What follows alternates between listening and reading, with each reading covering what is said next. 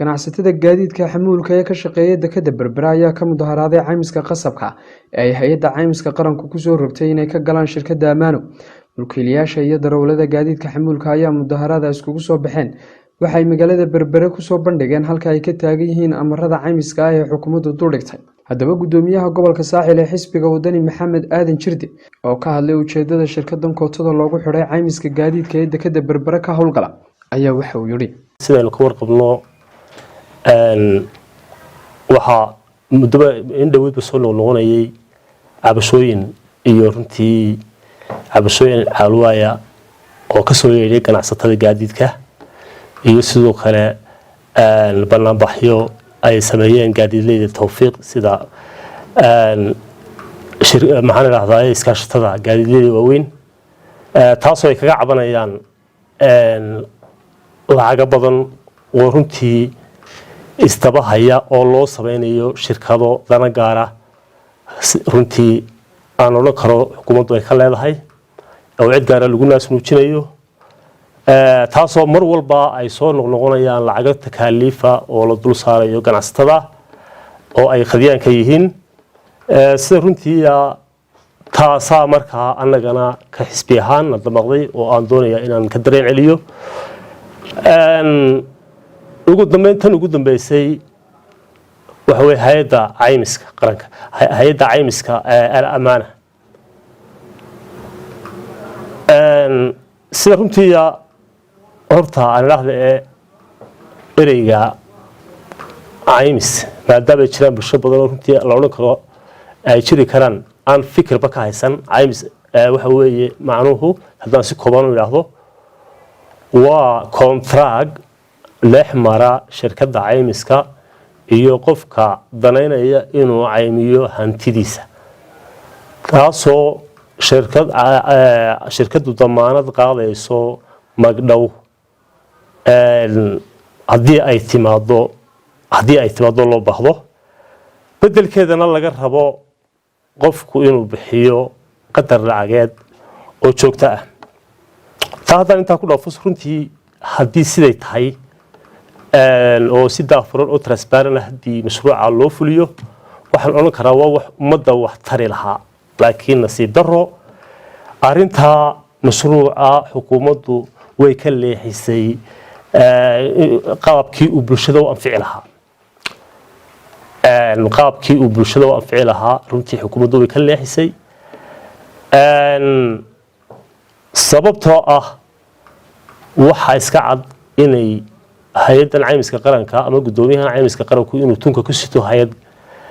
isagu meeshu runtii iyo waxa uu ugu xishay aanu la wadaagin ummadda waxa uu ku doortay sidoo kale waxa weaknesska meesha ka muuqanaya waxa kamid ah iyo maaragtaa ummadda lama wacyi gelin oo looma sheegin dawladdu xukuumaddu uma sheegin hay'addan waxay ku qaadatay Ammaano waxay ku dooratay sidoo kalena isfahamsiin iyo wacyi gelin lama sameyn lama eegin masaalixdii shakhsiga iyo maxaan idhaahdaa tii shirkadda oo waxa weeyaan roolkaana waxa leh hay'adda caymiska qaranka runtii waa arrin ay ka gaabisay waana runtii arrinta keenaysa cabashada inay bulshadu ku qanci weydo arrinkaa runtii arrin bulshada anfici lahaaba ay maaragtaa ayaan oran karaa gudoomiyuhu caymisku ayuu fashil geliyey mustaqbalka anfici lahaa bulshada miyaanay jirin hay'ado kale oo caymis miyaanay hayn in tartan la geliyo daahfuran si ummaduna ku qanacdo xukuumadduna ay eegto taa ummadda u dana waxaasoo dhan ma jiraan waxaan u aragnaa uun mashruuc cid gaara loo sameynayo cid gaara lagu gulaynayo waana taa ay khaati ka taagan yihiin ganacsatadu ay ka cabanayaan ummadda ha laga daayo baanu leenahay sida runtaa intaasun kuma eeka waxa weeye waxaa sidoo kale jira oo dhawaan la hirgeliyay qalabka xawaaraha meel xawaare lagu xadidayo maynu arag sida runtii ma aragno meel ay ka socoto shaqadii loogu magac bixiyay dhimista xawaaraha way fiicnayd wax bulshada wax tari lahaa wax maaragtaa in badan oo mas'uuliyad darro ah muujin oo dareeqolinta ka dhacda muujin lahaa oo kashifi lahaa وشلالكو يرين لها بالغ يابا يعني بحنت وي في عنتها لكن لما هي مشروعي لعقتي سنة وحوي ويسعتها ويسارت موادك واي حاصل بي waxaa kaloo jira ganaaxyo ay ku cawdeen runtii oo la saaray marka ay la soo degeen gaadiidka taasoo jiwan baloo tareen oo de wax way baal marsantay taas sharciga iyo sharciga nidaamka cashuurta way baal marsantahay weeye isku soo wada duubo waxay noogu muuqataa dhammaan mashaariicdan iyo takaaliiftan la saaray muwaadiniinta ganacsatada waxay noogu muuqataa qaar hal abuurkooda loogu talagalay inay u adeegaan cid gaar ah oo lagu naasnuujiyo sida runta ah ma jiraan mar walba oo meesha kama muuqdaan daahfuraan kama muuqato sida runta ah waana mashaariic dana gaar u adeegaya oo aan anfacaynin bulshada وانا runtii arrin aan cambaaraynayno waa arrin aan loo bulshada tacadiga laga daayo waxaan loo war awr xamilkii waa qaada xariiq loocanse ma qaado maalin walba hadii